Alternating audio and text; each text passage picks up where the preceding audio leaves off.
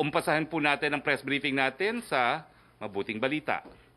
Nakauwi na po ang mahigit 24,000 nating kababayang OFW sa kanilang mga tahanan. Matatandaan na nagbigay ng deadline ng ating presidente sa mga ahensya ng pamahalaan na aksyonan ang issue ng mga OFW na nasa mandatory quarantine. Ito ay matapos makarating sa Pangulo ang balitang may 1 o 2 buwan nang silang nasa Maynila nag-iintay ng kanilang test results at certificate of quarantine. Naka-flash po sa iyong screen ang breakdown ng mga OFWs na ating naihatid mula Mayo 25 hanggang Mayo 31. Dahil sa pinakita nating aksyon sa mga OFW, sumulat po ang Associated Marine Officers and Seamen's Union of the Philippines, the Associated Philippine Seafarers Union at ang International Transport Workers Federation na kumakatawan sa higit 1.5 million seafarers para magpasalamat sa ating Pangulo. Hayaan ninyong basahin ko ang ilang bahagi ng kanilang liham. The announcement made by your spokesperson Harry Roque on Monday that the government will use all government resources gives seafarers around the world renewed hope that they are not forgotten. Maraming salamat po sa inyo. Isa pang mabuting balita po sa ating mga OFW.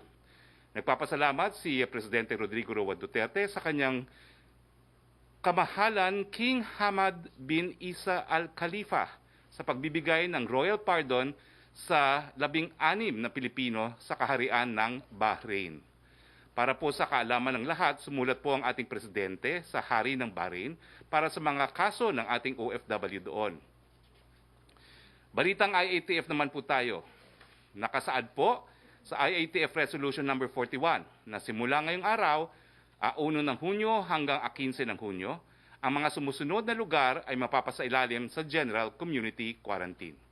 Sa Luzon, ang probinsya ng Pangasinan, ang Region 2 kasama po ang probinsya ng Batanes, Cagayan, Isabela, Nueva Vizcaya, Quirino at Santiago City. Region 3, Aurora, Bataan, Bulacan, Nueva Ecija, Pampanga, Tarlac, Zambales, Angeles City, Olongapo City. Region 4A, Cavite, Laguna, Batangas, Rizal, Quezon, Lucena City. NCR kasama po ang Pateros. Sa Visayas naman po, ang mga GCQ areas ay ang Bohol, Cebu, Negros Oriental, Siquijor, Cebu City, Mandawi City, Lapu-Lapu City, lahat po ng mga ito ay nasa Region 7. Sa Mindanao, ang Zamboanga City at ang Davao City ang tanging GCQ areas. Ang mga lugar at mga probinsyang hindi ko po nabanggit ay sasailalim sa Modified General Community Quarantine mula 1 ng Hunyo hanggang 15 ng Hunyo. Bale, wala na pong lugar sa Pilipinas ang nasa ilalim ng ECQ at MECQ. Ngunit kung marami po sa atin ang hindi susunod sa health protocols, hindi mag-obserba ng social distancing or physical distancing, maghugas ng kamay at lalabas ng lalabas dahil wala lang ay baka bumalik po tayo sa ECQ and MECQ. Ano po ang pwede sa GCQ at sa MGCQ? Tignan po natin ang sumusunod na infographics.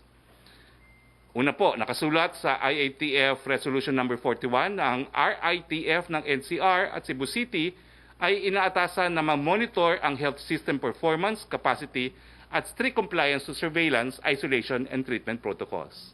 Sa GCQ po, ang hindi pa rin po pwedeng lumabas ay yung mga vulnerables, ang ating mga elderlies, yung merong mga immunodeficiency, comorbidities, or other health risks, and pregnant women, at ang mga kabataan. Sa modified ECQ po, 100% po pwede, pero siyempre po, ingat pa rin. Ang mga gobyerno po sa GCQ, full operational capacity, pero sang-ayon po sa resolution ng Civil Service Commission, dapat po may alternative work arrangements kasama po ang work from home. Sa MGCQ, full operational capacity including physical work, pero iniinganyo pa rin po ang alternative work arrangements for those who are over 59 years. Sa pampublikong transportasyon po, meron po tayong phase 1. Mula Hunyo 1 hanggang 21, meron po tayong mga train and bus augmentation, taxis and TNVS, shuttle services, mga bisikleta, mga tricycle na kinakailangan po ng LGU clearance, pero wala pa pong provincial bus na papayagan pumasok sa Metro Manila. Sa Phase 2 po, mula June 22 hanggang 30, meron na pong mga public utility buses, mga modern PUVs at mga UV Express.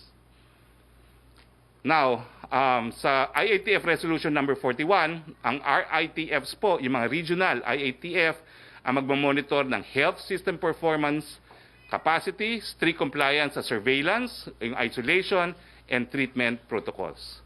Sa Cebu po, bagamat GCQ na, kinakailangan po mag-submit ang mga namumuno sa Cebu City ng kanilang detalyadong plano para po sa zoning sa kanilang syudad at yung mga priority barangays.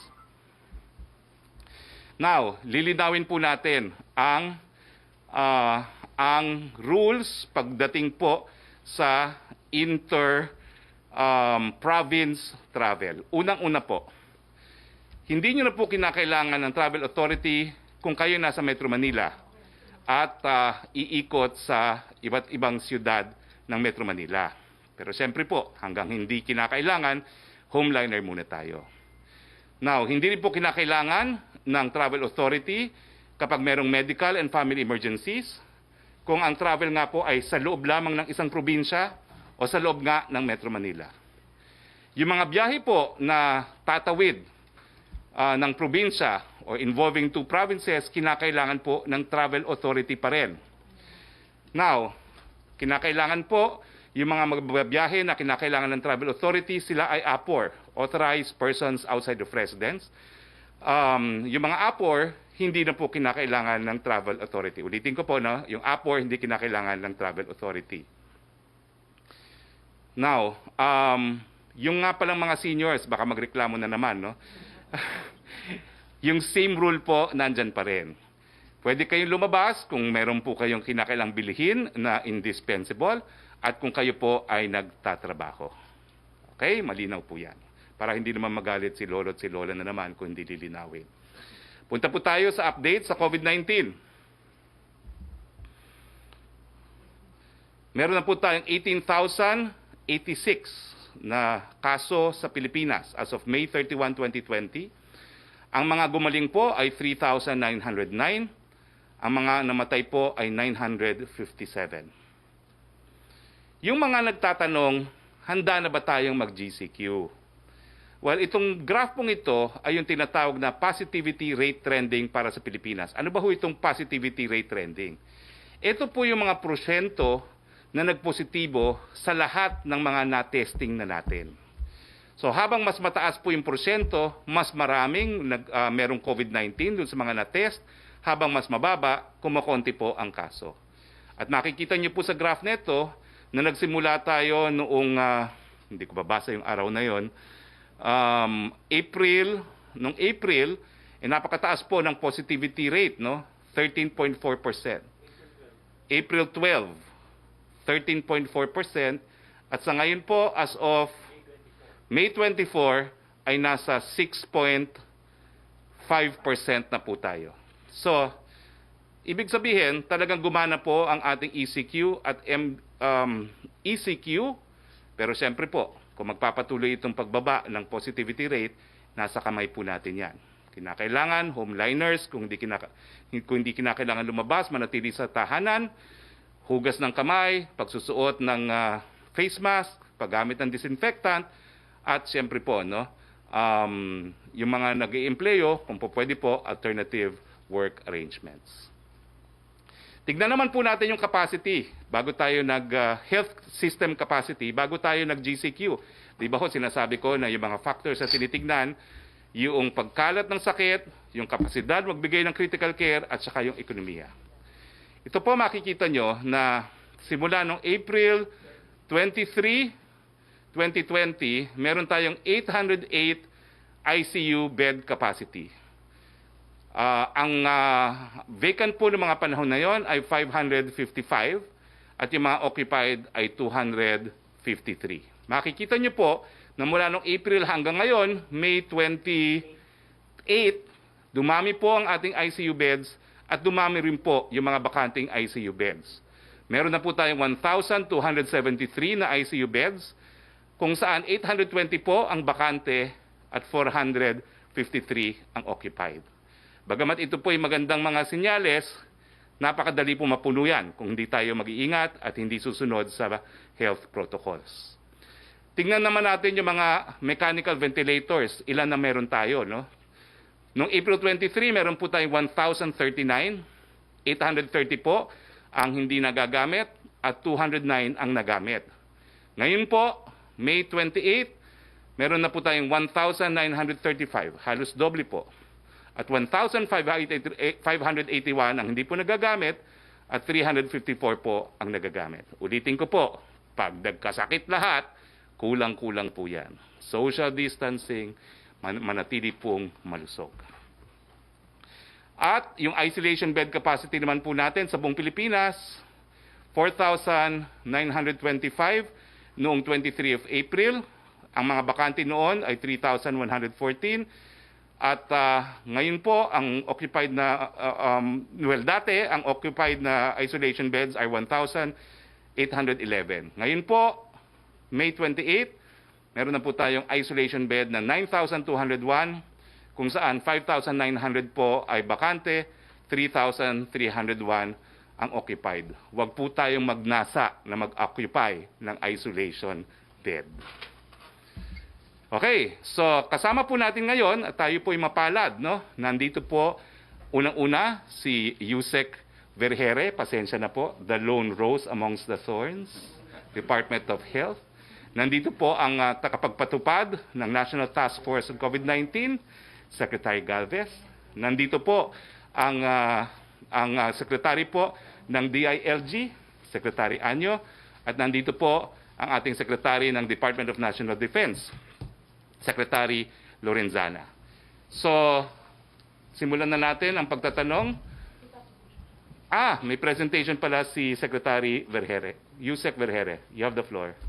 Maraming salamat po, Secretary Roque, at magandang hapon po sa ating lahat dito, kasama po ang mga secretaries of other agencies. May ibibigay lang ho na konting paalala ang Kagawaran ng Kalusugan para sa araw na po na ito na nag-uumpisa tayo nitong GCQ dito sa Metro Manila. So ito pong unang ipinapakita namin sa slide, ito lang ho yung palagi ang pinapaalala natin sa lahat ng ating mga kababayan. Unang-una po, pag lumabas, wear your mask. Hindi lang po isusuot ang mask kung hindi isusuot po ito properly. Marami ho tayo nakikita, isinusuot pero nasa baba lang nila o di kaya bibig lang ang tinatakpan. So if you wear your mask, you wear your mask properly na kino-cover po parehong ilong at saka bibig. Physical distancing, napaka-importante. Alam po natin na ang transmission po ng sakit na ito ay maaring makuha through droplet infection and close contact. So kung hindi ho tayo susunod dun sa distance na kinakailangan, ay malaki ang probabilidad na maaari tayo mahawa. Washing your hands is very important, and of course, disinfecting common surfaces. At yung huli po, yung symptom screening. Ito po yung ginagawa natin sa lahat ng settings natin, pati sa workplaces. Next please. So ito lang ho yung ating mga kaso na atin pong nai-report na kagabi.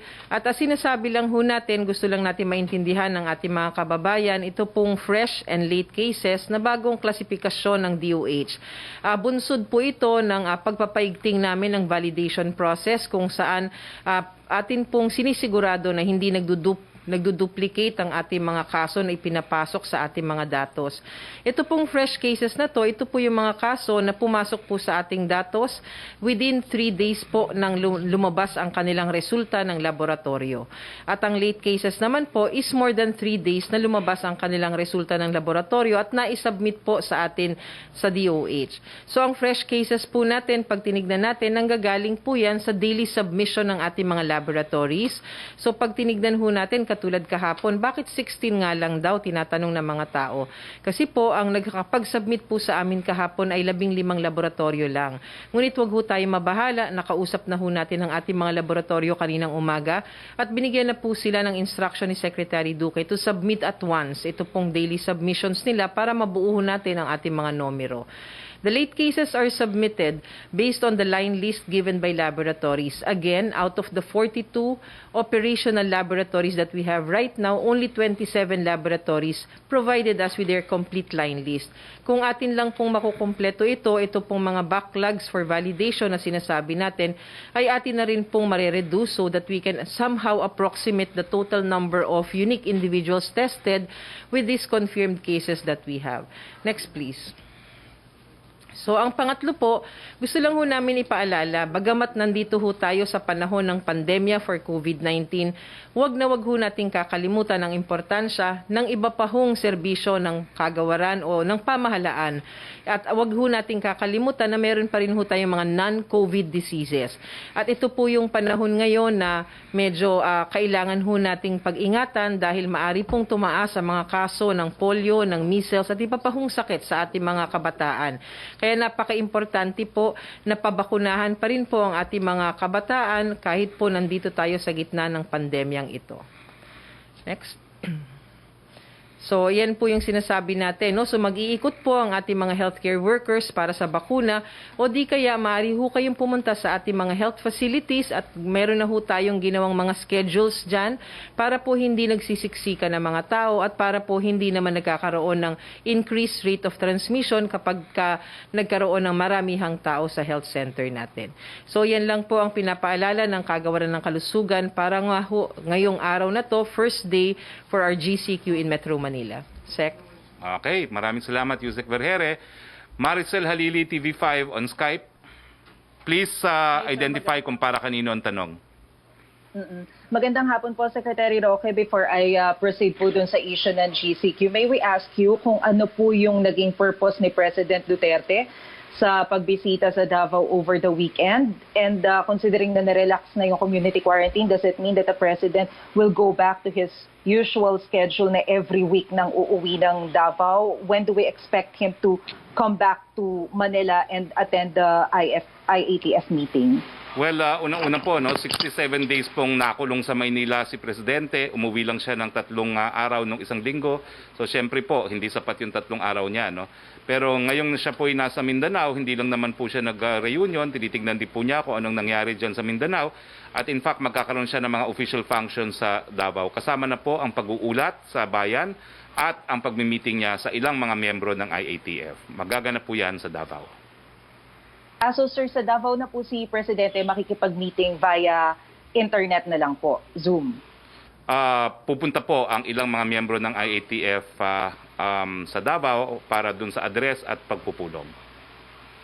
When will this happen, sir? If I'm not mistaken, it will happen on the 4th. On the 4th, Thursday. Okay, thank you, sir. Sir, baka pwede po kay Secretary Anyo. Yes, please.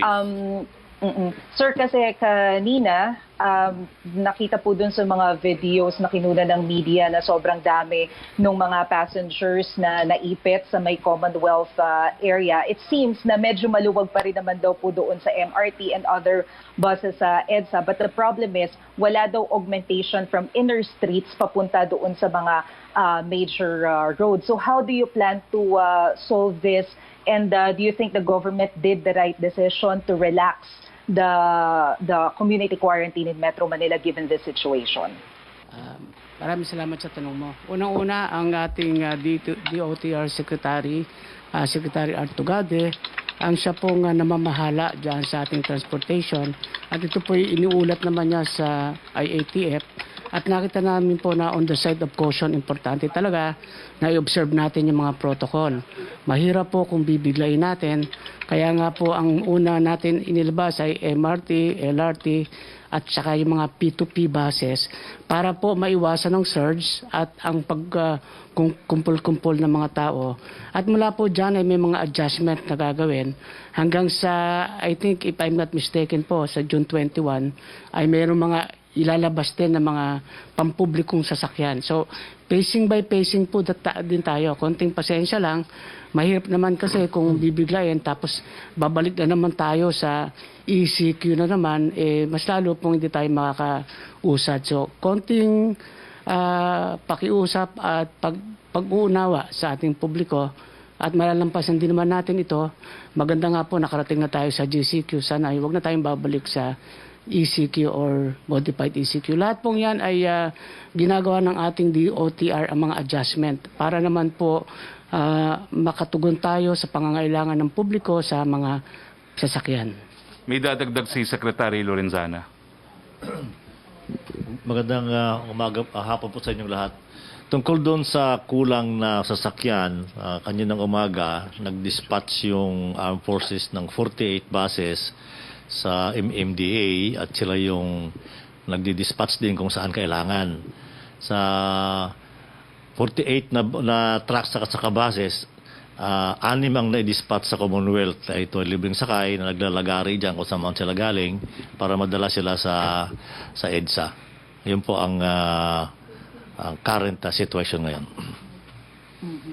Sir, panghuli na lamang po maybe for Yusek Vergere and Secretary Roque about the accuracy po on the number of cases. Kasi although the DOH has already explained yung change doon sa system of reporting, some of the lawmakers still criticize the way of reporting, like Senator Ping Lacson is saying na it simply means na before the government is not being honest with the numbers. So ano po yung assurance ng accuracy ng number ngayon? Gaano pa po ba karami yung backlog? Hanggang kailan po natin makahabol to say na yung numbers na pine-present natin really reflects the current situation? Well, bago po sumagot si Yusek Vergere, may dadagdag po si Secretary Galvez doon sa tanong sa sasakyan. Kahapon po, nag-ikot po kami sa Metro Manila and then kasama ko po ang pamunuan ng NCRPO at saka po ng Joint Task Force NCR at nakapag-prepare po tayo ng mga sasakyan. Nag-usap na rin po kami ng DOTR at ang nakita po namin talaga yung medyo may problema lang talaga doon sa Commonwealth. Pero naayos na po ngayon dahil kasi ang ginawa po natin, yung ating reserve na buses doon sa PITX, galing ng DOTR, ni-reinforce na rin po yun. Nagpulong na rin po kami ni GM Jojo Garcia at kung ano po ang mga magandang gagawin. So ngayon po nakakonect na po ang op center po natin ng MMDA at saka po ng ating NCRPO at saka yung ating NIC. So sa ngayon po, minamonitor po natin ngayon at sa ngayon nag-normalize naman po. Okay, maraming salamat, Sec. Now, yung katanungan po, yung reporting ng figures, sabi po ni Sec Ping Lacson, dishonesty daw. Yusek Vergere. Yes, sir. Magandang hapon po. Simulat sa pool po, ang kagawaran ng kalusugan ay naging transparent. From the very start with our data, nakikita nyo po lahat po ng aming ginagawa. We have an open system, yung data drop, kung saan maaring tignan ng mga kababayan natin ang aming mga datos. Ito pong ginagawa natin ngayon, we have automated our system. That's why bumilis po yung validation system natin. We now have this application, yung COVID Kaya, where all of our facilities will be using this so that we can hasten and we can minimize delays in the passing on or reporting system across our facilities to DOH. Now, ito pong sinasabi natin na mga backlogs na sinasabi, meron ho tayo ngayon, we have around 6,800 pa na kailangan pong i-validate natin na atin pong pagtatrabahuan sa mga susunod na araw para po magkaroon na po tayo ng at least approximation between the unique individuals tested and those confirmed positive for COVID-19. Okay, Yusek Roque. Okay, good afternoon, Secretary Roque. Ang tanong po mula kay Rose Novenario of Hataw, reaction daw po sa resumption starting Monday of the mandatory OFW PhilHealth contribution, which is 3% of their monthly salary and is set to increase year by year, reaching 5% by 2024 as part of the Universal Healthcare Law. Sinuspindi na po ni Secretary Duque yung provision ng implementing rules and regulation na nagpapataw na mas mataas na premiums. No? So sa tingin ko po, miski tapos na ang MECQ, ay suspendido pa rin po yan hanggang hindi po nare-repaso at nababago ng PhilHealth yung kanilang implementing rules and regulations. Yung second question po ni Rose Novenario pa rin, reaction daw po sa joint statement on rule of law in the midst of COVID-19. Well, we agree with the call for the rule of law. At kung ang tinatanong naman po yung kaso ni General Silas, tuloy po ang preliminary investigation ng piskal at tuloy din po yung proseso ng administrative case, bagamat hindi pa po nasusumite sa Malacañang yung request for authority to proceed with the investigation.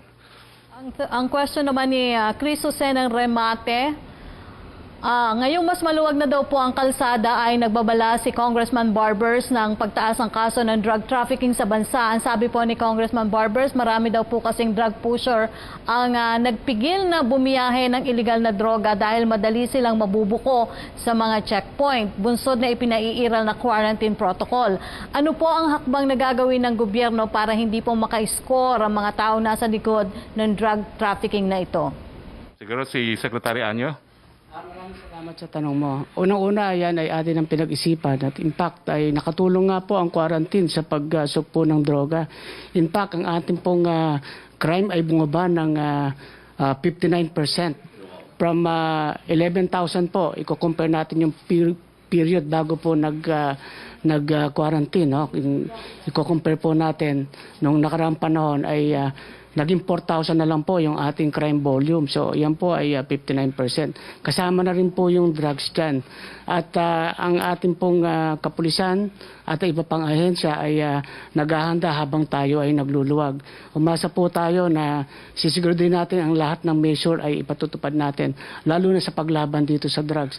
Malaki epekto din po ang pagkakaroon ng quarantine sa ating mga drug syndicates at in fact ay ito ay patuloy na binabantayan natin. So nakikita po natin na mas gumaganda nga po ang ating peace and order situation dahil sa quarantine na ating pinatutupad. At nag-a-adjust po tayo unti-unti. At ang maganda rin po rito ay dumadami rin po yung mga nagbo-volunteer sa atin at nagbibigay ng impormasyon. At ito rin ay isang paraan sapagkat sa matagal na panahon na hindi nakagamit ng droga yung ibang mga kababayan natin ay unti-unti naka-adjust din yung katawan nila. Maaaring sa susunod ay ma-get rid na nila yung paggamit ng droga sapagkat forcefully ay nagkaroon ng tinatawag na withdrawal. Sana po ay tuloy-tuloy ito at we will make sure po na lahat ng tamang programa at pagpapatupad ng batas ay gagawin natin para tuluyang mawala na rin ng droga dito sa atin. Yes, Joyce Balancho, DZMM. Yes, good afternoon po, Secretary. Pwede po sa inyo tong tanong na to or kay Secretary Anyo. Follow-up lang po dun sa dati ko na rin po natanong dun sa angkas.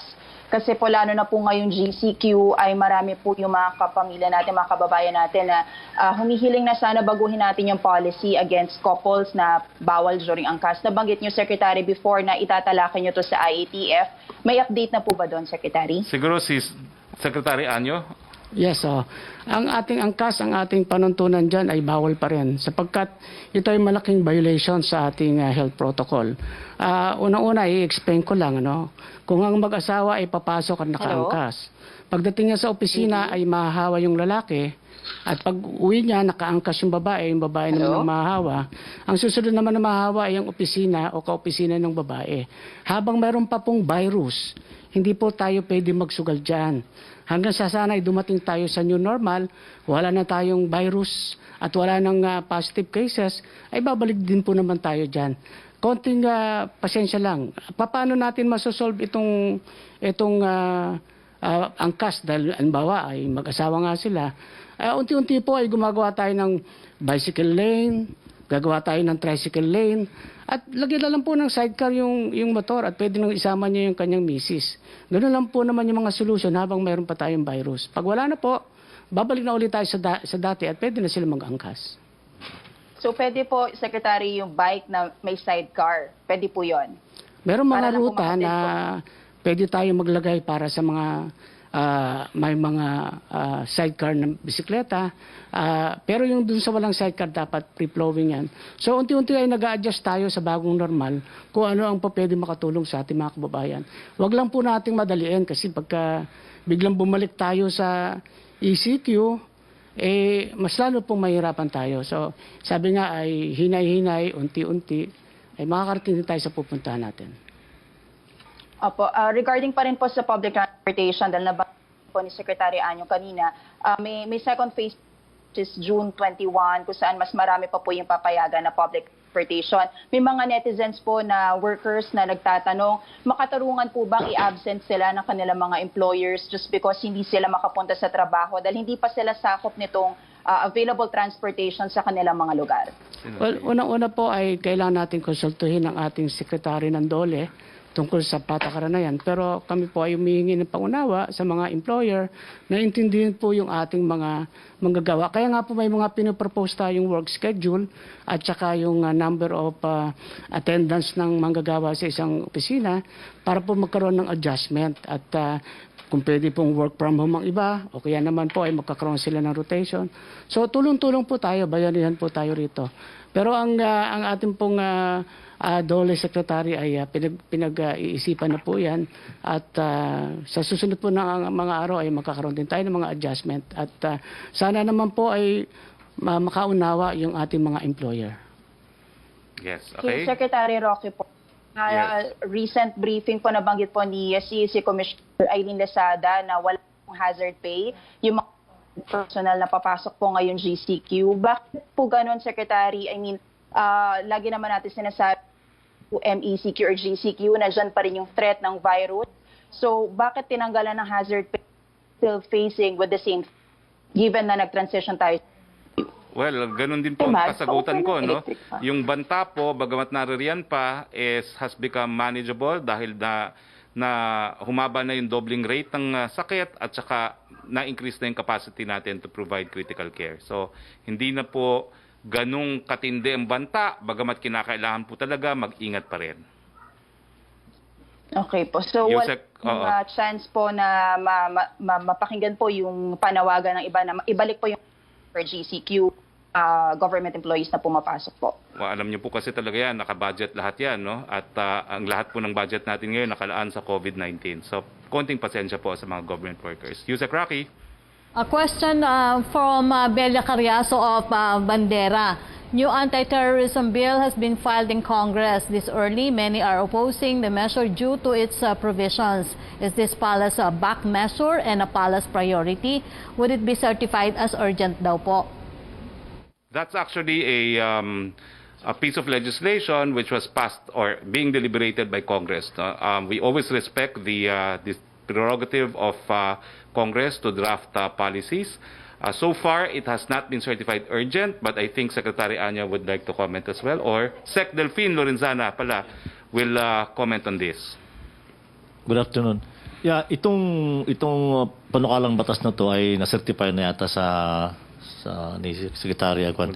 Nandun sa Malacañang ito, alam ko kung hindi pa lumalabas.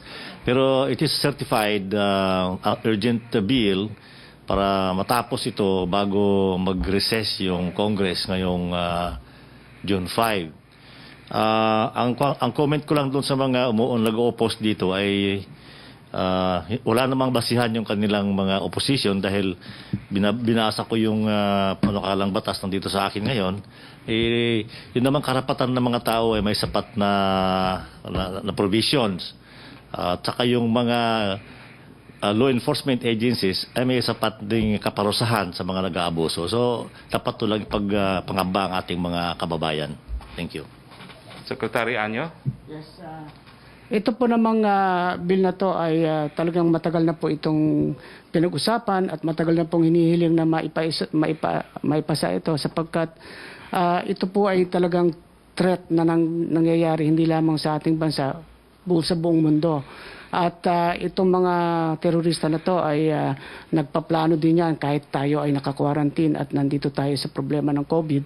At kung marirecall natin, may mga ibang insidente na gumamit pa ng sarin gas para ipatupad yung kanilang terorismo.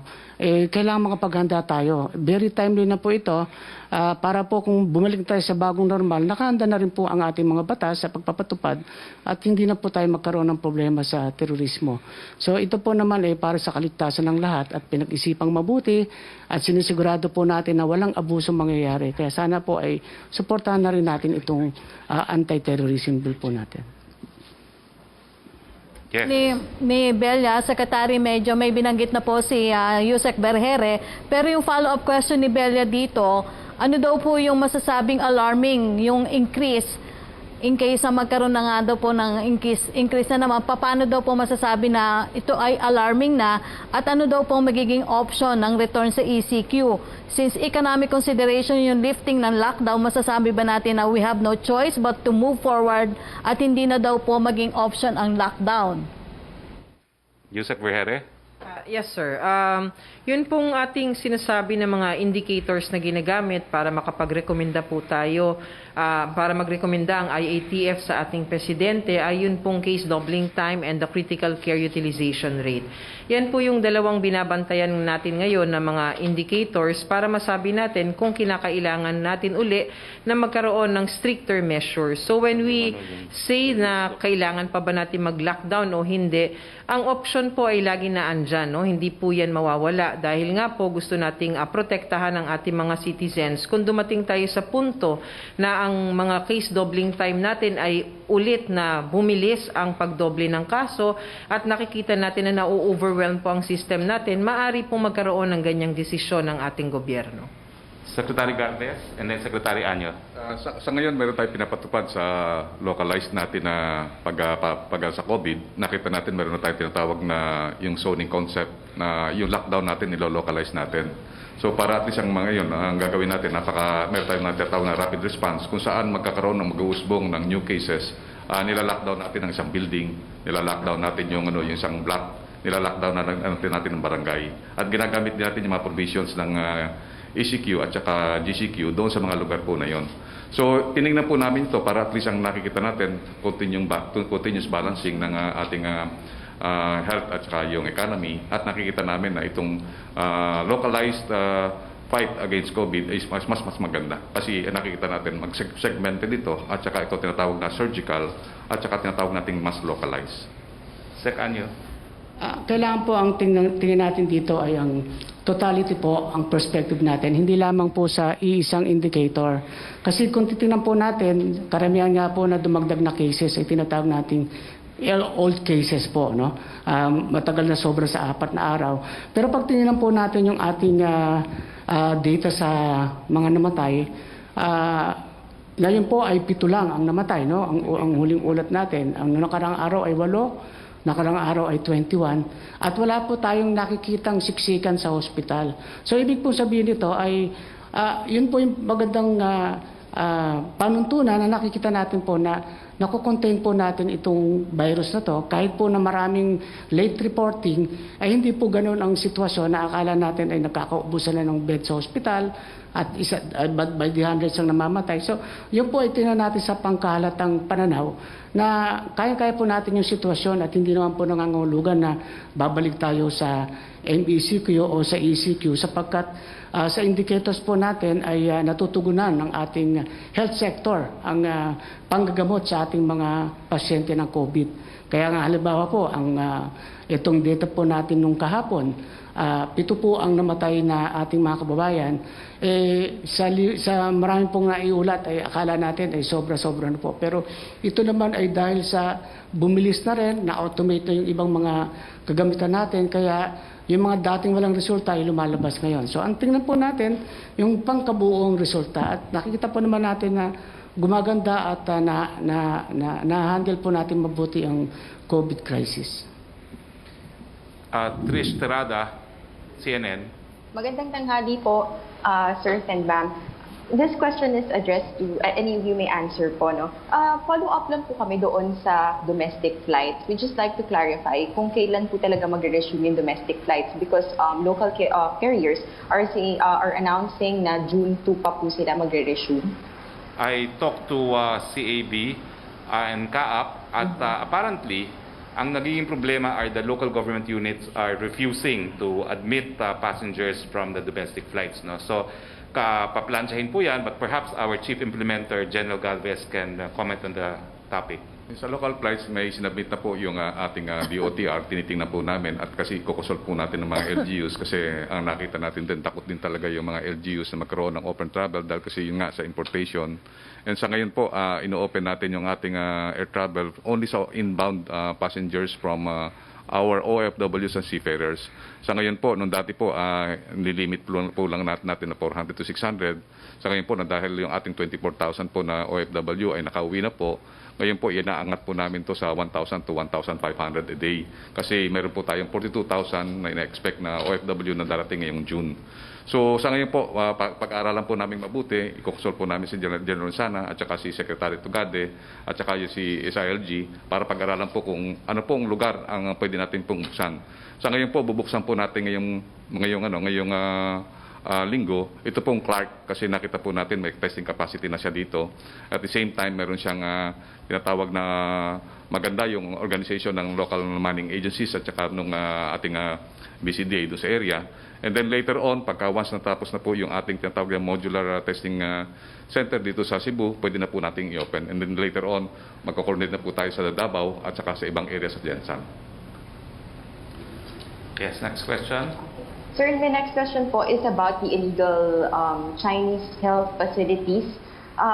Sir, ito po bang pagkakaroon ng sunod-sunod po kasi yung pagkakahuli or pagkakadiscover nitong illegal Chinese health facilities, hindi po ba siya nakakaapekto doon sa real picture of the number of our COVID cases? Because from what we understand, hindi naman po sila nagko-coordinate sa local government units or even to our health department.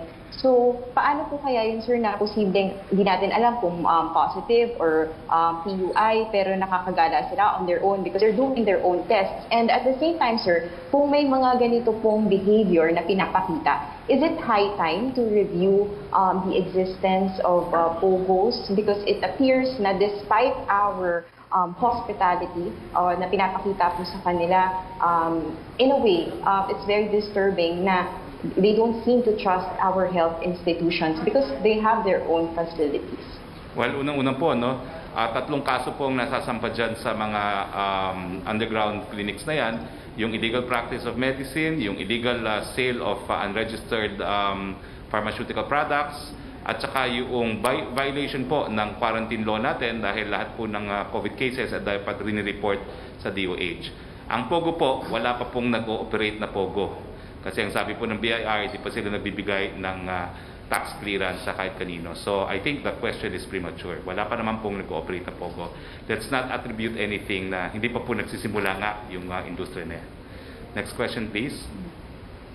Sir, my next question is for Yusek Vergere. Yusek, may pinapatanong lang po, no, yung backlog po, supposedly, makiklear po siya or parang the commitment was to have it cleared by last week. Ano raw po yung nangyari kung bakit hindi po na-meet yung deadline ng pagkiklear ng backlog? And on the other hand, may mga nagsasabi din po na kaya naman daw po palang mapabilis itong pag-clear ng backlog. Bakit po medyo late in the game or ngayon lang nagawa yung pagkiklear ng backlog po? Yes, sir. Yes, ma'am. Klaruhin lang po natin, meron ho tayong dalawang klase na backlog.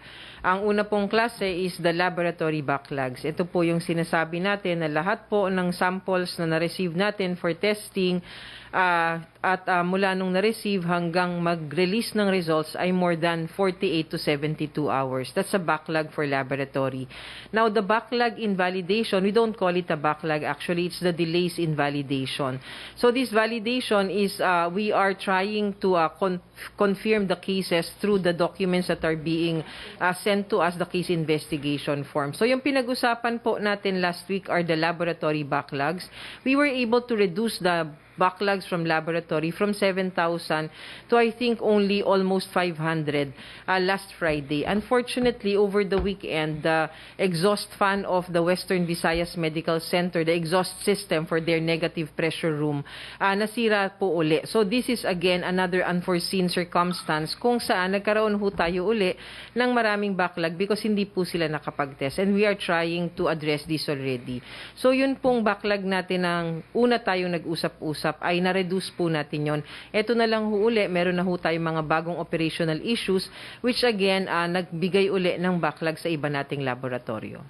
Thank you. Yusek Roque. Thank you, Trish. Okay. Yusek Roque. Question from Eileen Taliping of Abante Tonight. Paano daw po yung payment holiday sa loans and credit card payments ngayong nasa GCQ na sa Metro Manila? Okay. Basta loans, the law will apply.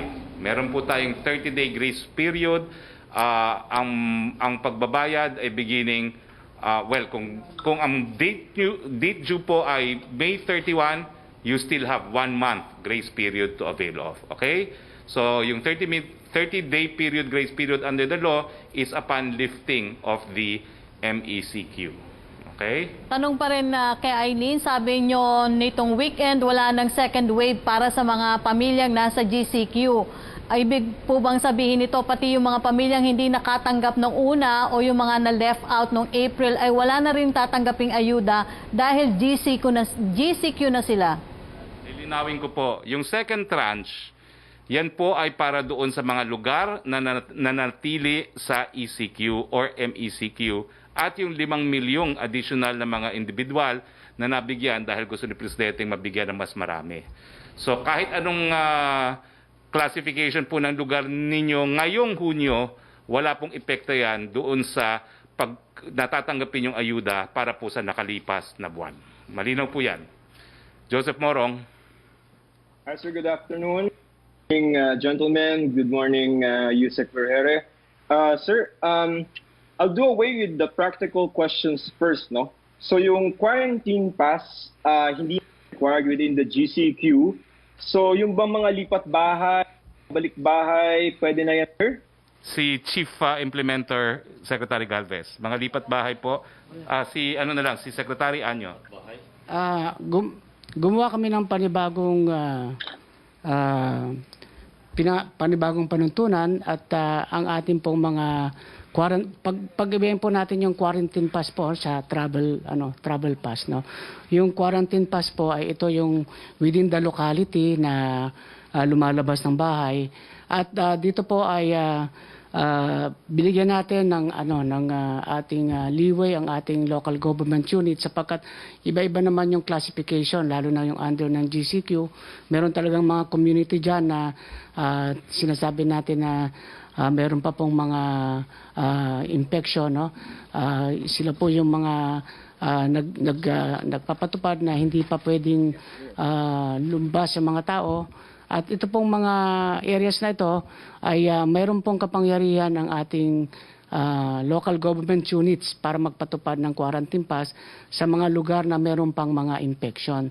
At yun namang mga lugar na tinatawag natin ng mga libre na ay pwedeng hindi na magkaroon ng quarantine pass.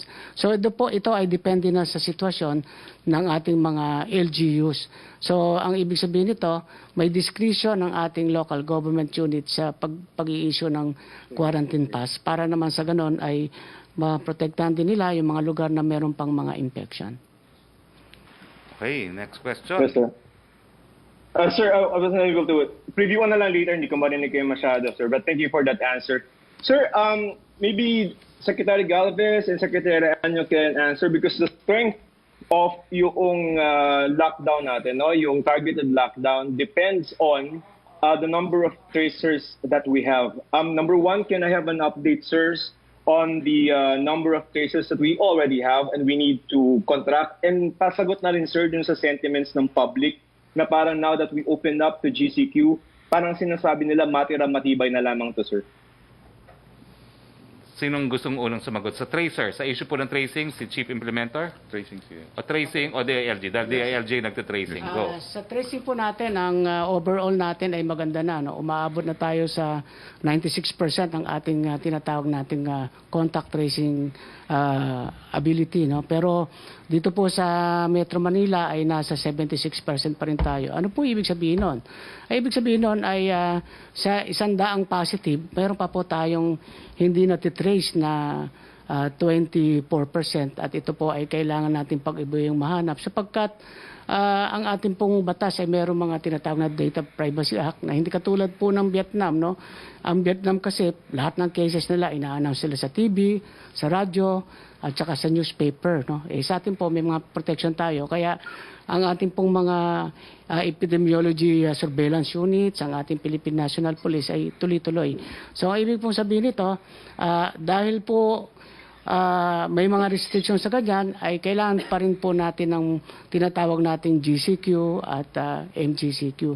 So, pero sa ngayon po ay malaking improvement yung ating contact tracing. At in fact, because of contact tracing ay nag-improve yung ating sitwasyon. Pero ganun pa man, kailangan pa rin talaga natin ang kondisyon ng quarantine para naman po sigurado na hindi makalipat ang virus sa ibang tao. Si Chief Implementer, Secretary Galvez. Hindi naman siguro tama yung matira matibay dahil kasi talagang tinitingnan namin, pati nga kami nila DTI, umiikot kami ng mga nila NCRPO. Nakikita namin talaga yung mga tao naman talaga medyo sumusunod din sa atin. In fact, doon umikot kami sa mga malls. Alam natin yung SM North, doon kami kahapon. Akala natin na maraming tao na doon. Alam nyo, 20% pa lang ang pumupunta na tao dahil kasi malaki rin ang takot ng mga tao. And then nakakaawa nga yung ating mga business sector kasi talagang walang pumapasok sa kanilang mga stalls. So with that, nakikita rin natin na yung ating mga business sector, they're heightening up their strict protocols. Natutuwa nga kami kasi yung mga LGU natin sa Metro Manila at saka dito yung mga business sector, mas mataas pa ang kanilang awareness talaga na even yung stricter pa sa IATF ang pinapatupad nila. So, ang nakita ko dito talaga ang concern ng mga LGUs at saka yung mga business sector, we are working together na at least yung transmission talaga ma-prevent. At the same time, yung pag-open ng GCQ will also put us some breathing space na magkaroon talaga ng economic activity considering that more than millions of our workers are being affected by the lockdown. So yun po ang natin, and then we will localize yung lockdown sa mga barangays, sinasabi natin segmented at saka yung surgical, and we could have tinatawag natin na yung ma-prevent natin talaga yung tinatawag natin kinatakutan natin na magkaroon ng widespread transmission. So yung second wave po, talagang we are protecting our people na hindi po tayo magkaroon ng second wave. That's why yung testing capacity din ng Metro Manila tumaas na meron na po tayong 25 testing center po sa Metro Manila. Okay. Last question, Can I Joseph. Yes, sir. Can I go to Undersecretary? Go ahead. Yes, sir. Yes, go ahead. Ask your questions. Hi, good morning, ma'am. Ma'am, ang sinasabi niyo po na is 6,000 and then we now have 18,000. So kung i-add po natin to, meron po tayong 23,000, ma'am, na total number of possible infections in the Philippines is only 2,000. And another question is, hirapan daw kung ilang yung na hindi yata pinayagan ng DOH to install yung machine sa Western Visayas. Hirapan sila with the procurement and basically just movement of their initiative to mass test individuals. 2 questions, ma'am. Yes. Yes, Joseph. The first one would be, yun sinasabi mo na 23,000 because you're adding the validation delays to our existing confirmed cases. Ito ay hindi pa sigurado, no? Kapag vina-validate natin ang mga kaso, atin tinitignan baka may duplication, baka may mga erroneous input, so babawasin pa rin natin yan. So hindi talaga mo masasabi na pag in-add mo yan ay iyan yung magiging total mo na 23,000 plus. Mababawasan pa yan because of validation. Second would be the Western Visayas Medical Center na hindi tumanggap ng makina. Wala kami pang nare-receive na ganyang impormasyon. Although dito sa Western Visayas Medical Center at saka sa iba pa nating mga laboratory facilities, through our National Task Force, no, sila Secretary Galvez, nagkaroon na tayo ng mga kasunduan na meron na ho tayo mga tinutulungan, no, to expand our testing dito po sa mga vulnerable population across these different areas. Maybe Secretary Galvez can also add to this answer. Secretary Galvez. Pupunta nga kami doon sa Iloilo and also galing din kami sa Cebu. In fact, itinataas natin yung level ng testing capacity doon. Naglagay na nga tayo ng 2 notch o yung tinatawag na automated machine doon sa Central Visayas at doon po sa bandang Iloilo at sa Negros ay nagtatayo na rin po tayo ng laboratory. Kahapon nakausap na po namin ng Ayala Group at may tinatayo po sila ng parang yung sa Qualimed, yung tinatawag na mga civilian laboratories na itatayo doon sa bandang area ng Western Negros. Kaya po pupunta kami po bukas, titingnan po namin yung mga laboratories kung ano po ang mga kailangan pa ng mga tinatawag nating PCR machines at saka magdadala rin po kami ng mga rapid test kits. Sir, hindi nahihirapan yung project. Yusek Roque. From Francis ng Daily Tribune, Laguna Representative Dan Fernandez, it is as unconscionable the move by the NGCP to demand a 3.2 billion increase in its billing for services this year, with the ERC granting the NGCP's request despite the country is currently experiencing COVID-19 pandemic. Fernandez threw this criticism at the NGCP after officials of the country's power grid operators defended their demand for an additional 3.2 billion in interim maximum annual revenue for 2020. What is the palace reaction on this? Well, we will ask po the Department of Energy to comment on this. We understand that ERC by law is a regulator and they have quasi-judicial functions, including rate fixing, but I think the Department of Energy exercises supervisions nonetheless. No? So we will refer the matter po to Secretary Cusi.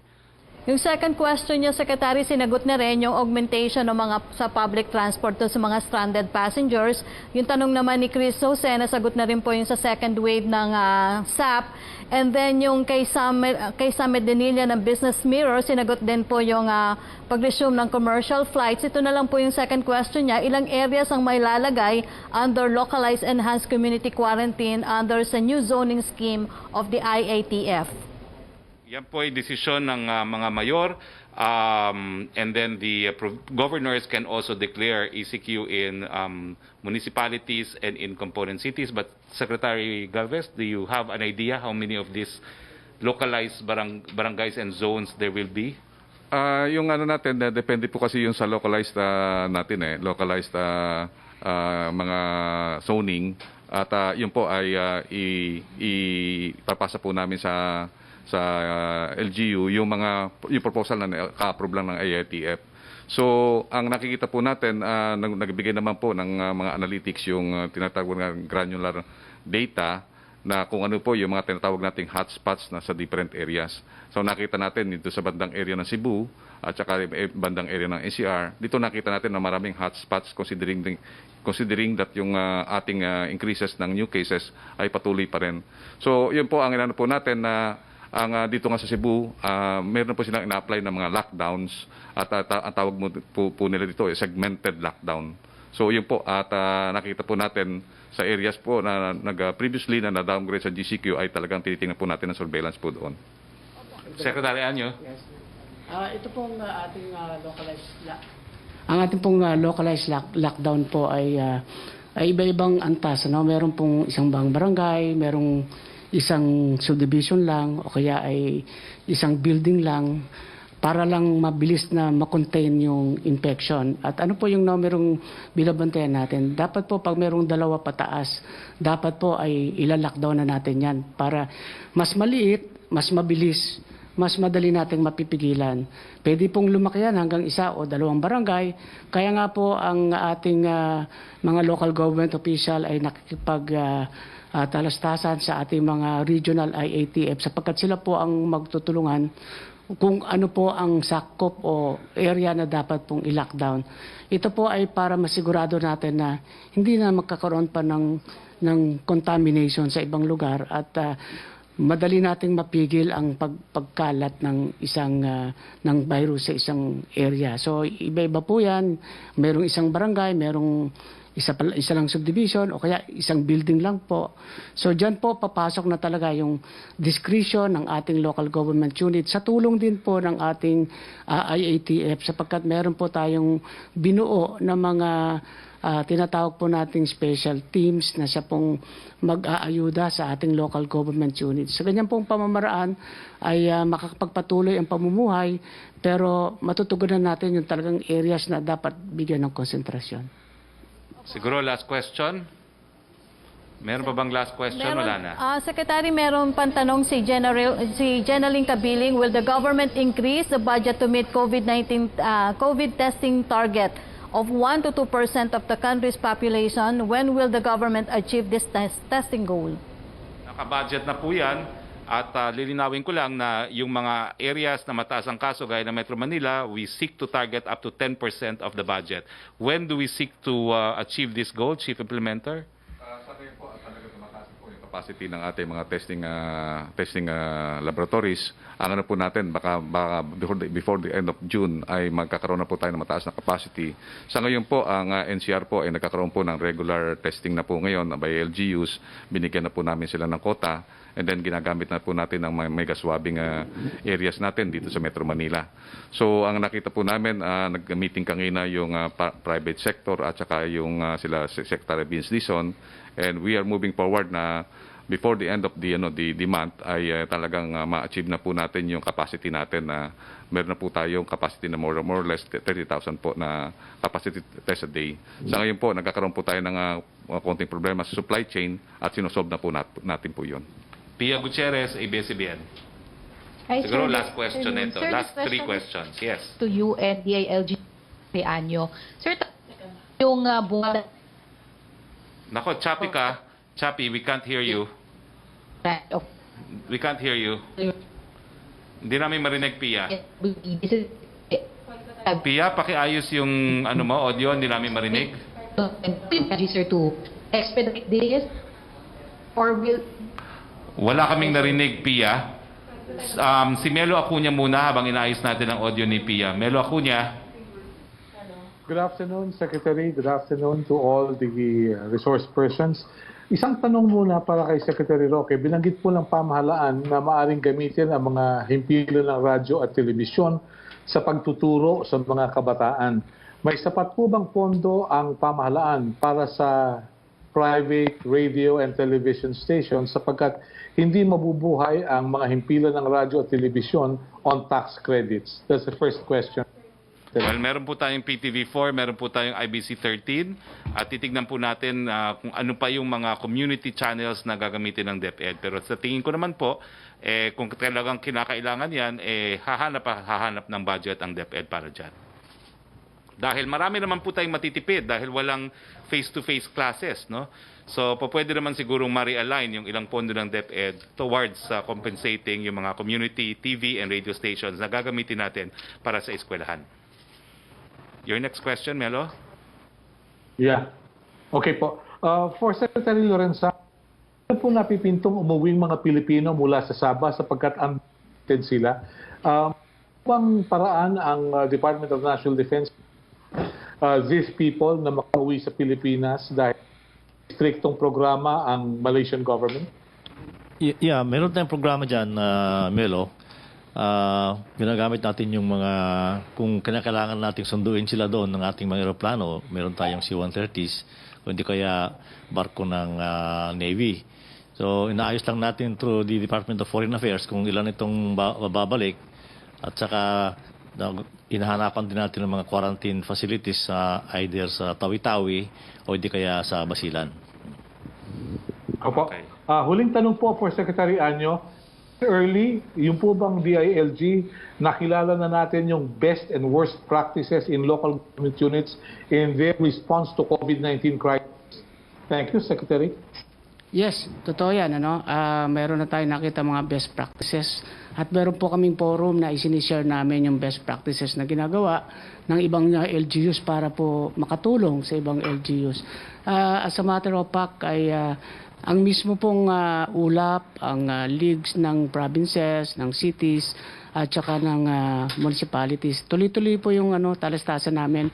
Meron po kaming tinatawag na ugnay na talakayan through Zoom din. Almost everyday po yan at kaharap at kausap namin yung ating mga local government units na isi-share natin yung mga best practices. Ito rin po siguro ang isang dahilan kaya mabilis nakagraduate yung ibang municipalities na makapunta sa MGCQ. At until po ay ginagawa natin yan para ma-share at malaking magandang programa sapagkat bumilis din po ang makikita po natin ang GCQ areas natin ay kukunti na lang at mas marami na ang ating MGCQ. At sana ituloy-tuloy na to sa bagong tinatawag nating new normal. So we continue to share experiences and learn from each other. Pia Gutierrez. Hi, sir. Sir, now? Sige, try mo uli. Go. Hello, sir. Yes, go ahead. We can hear you now. Yes, Go. sir. Okay, sir. Change location. This question is NDILG Secretary. Kasi tapos na po yung buwan tayo, but we have yet to of the social amelioration. Ang sabi ng this is because the DAs have yet to complete liquidation reports. So we do not know. So ano po yung ginagawa na to expedite this? We expect the palace to the DSWD to with the second tranche. Tapos yung validation, lalo na't kay ganang mga tao yung ayuda. No? Maraming salamat. Medyo choppy yung dating pero sasabihin ko na rin yung aking kasagutan. Unang-una, ang ating unang trans ay patapos na talaga, no? At konting-konti na lang at tuloy-tuloy pa rin yung mga ang problema lang natin talaga yung malalayong lugar, yung mga island. Pero yung dito sa mga within mainland, tapos na po tayo dyan.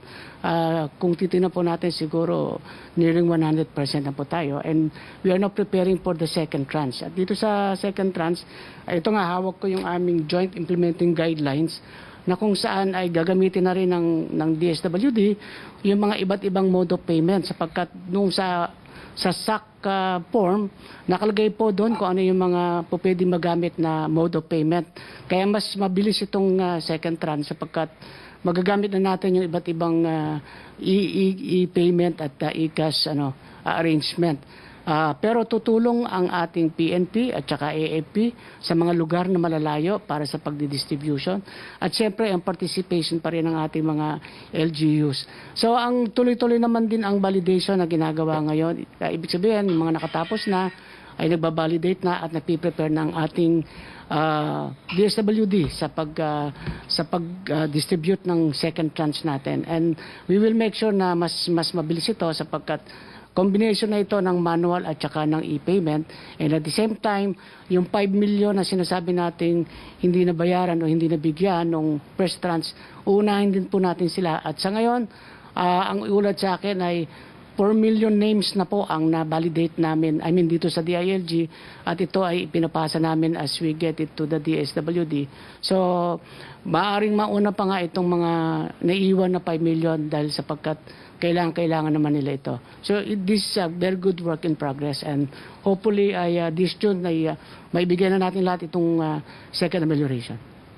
Next Sir, when question. do we expect the valid, sir? Well, tuloy-tuloy ang validation actually, no? As they come, we do not wait ito kailangan. So pagka dumating na yan, inaayos na lahat.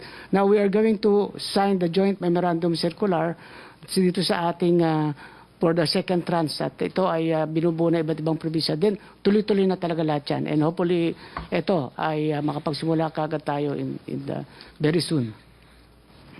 Last question, Pia. Yes, sir. Kay hingin ko lang din po yung sa recent statement Special Rapporteur Calamar. He said that COVID-19 emergency measures in a country like Philippines could lead to increased state of violence of the police, particularly and the marginalized. Said verbatim, of course, in a country like the Philippines, law enforcement is already acting national law beyond standard for the use of force. So you can only imagine additional powers under a state of emergency.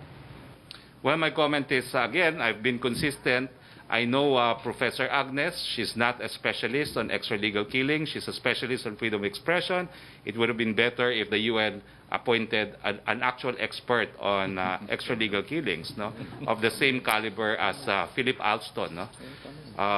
I wish Agnes good luck. I wish she could get tenure in her university so that she can actually be recognized as an expert. Now, I'd like to restate the rule in international law. The use of force is not prohibited by the state, provided it is necessary and it is proportional.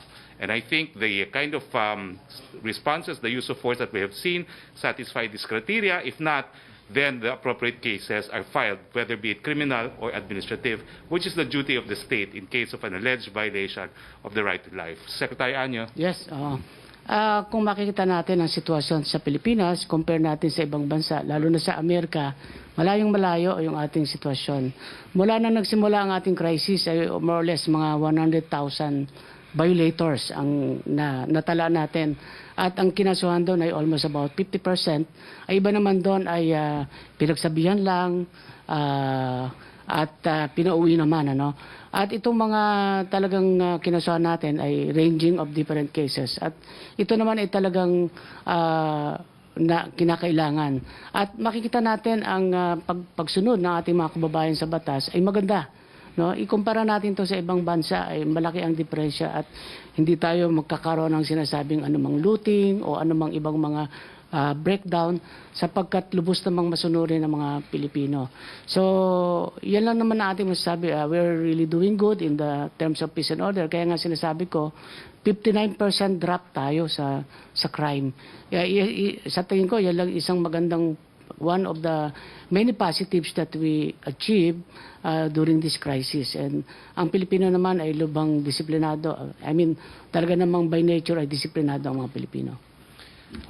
Okay, thank you. Before we end our press briefing, I'd like to acknowledge the presence of Congresswoman Rida Robes of the Lone District of San Jose del Monte, Bulacan. Welcome, Congresswoman. As well as Congresswoman Ria Vergara, Representative 3rd District, Nueva Ecija. Welcome, Congresswomen. Well, I'd like to thank, of course, our resource persons, Yusek Vergere, Secretary Galvez, Secretary Lorenzana, and Secretary Anyo. Unang araw po ngayon ng GCQ at MGCQ sa ating bayan. Sana po, huwag niyong kakalimutan, habang walang bakuna, habang walang gamot, banta pa rin po ang COVID-19. Nasa kamay po natin ang diferensya sa pagitan po ng buhay o kamatayan. Ingat po tayo. Sa ngalan po ng inyong Presidente, Rodrigo Roa Duterte, ito po ang inyong Spox Harry Roque, nagsasabing magandang hapon po sa inyong lahat.